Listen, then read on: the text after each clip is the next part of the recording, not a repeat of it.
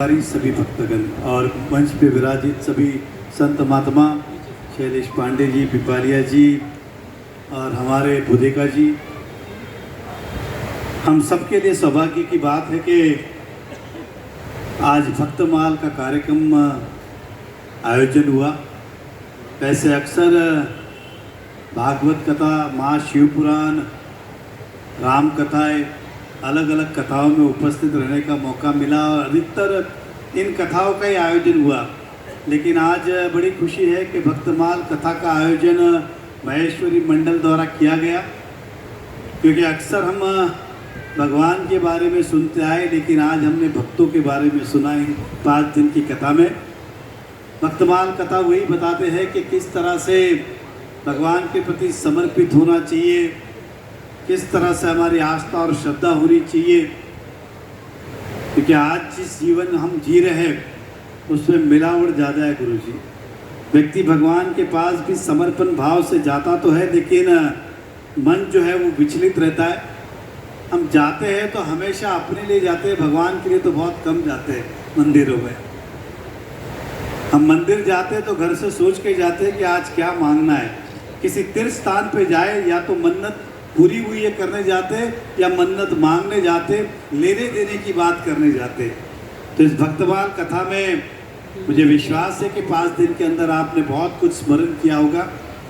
कहते हैं कि अगर भगवान को चाहे तो भाव से चाहो, मन से चाहो, बाकी वो सब कुछ वो अपने आप कर देगा। आपको कहीं कुछ मांगने की आवश्यकता ही नहीं होगी। मैं महेश्वरी मंडल के सभी सदस्यों का दिल से अभिनंदन करता हूँ कि समय समय पे इस तरह के कार्यक्रमों का आयोजन करना और हमारे संस्कार और संस्कृति को, परंपरा को बनाए रखने का बहुत बड़ा दायित्व निभा रही है।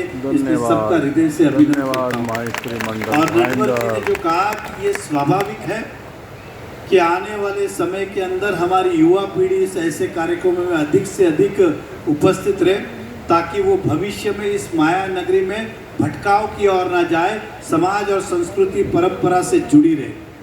लेकिन खुशी की बात मैं अक्सर कहता हूँ कि हम अगर देखते हैं तो मैं जिस भी तीर्थ स्थान में जाता हूँ वहाँ पहले की तुलना में आज संख्या बहुत बड़ी है।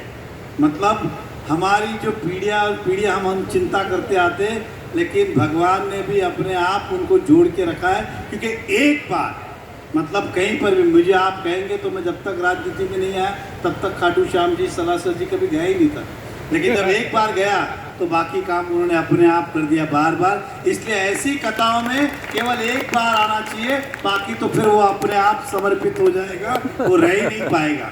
मैं भी और ये काम जो कर रहे हैं वो महेश्वरी मंडल और ऐसी सामाजिक संस्थाएं कर रही है, इसलिए आपका भी उतना ही अभिनंदन है और आपको शक्ति मिले, ताकत मिले, इसी तरह से सत्कार्य हो। मैं फिर एक बार गुरुदेव के चरणों में वंदन करता हूँ, उनका आशीर्वाद हम सबको मिले, स्नेह मिले कि हमारे हाथों भी अच्छे कार्य हो।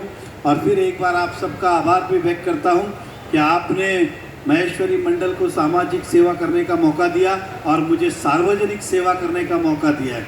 कुछ काम इनके माध्यम से होंगे, कुछ इनके माध्यम से होंगे, और कुछ काम हमारे माध्यम से के माध्यम से। शुक्रिया, बहुत बहुत बधाई, बहुत बहुत शुभकामनाएं। यही प्रेम और स्नेह आपका बना रहे। बहुत बहुत धन्यवाद। धन्यवाद, धन्यवाद। अब मैं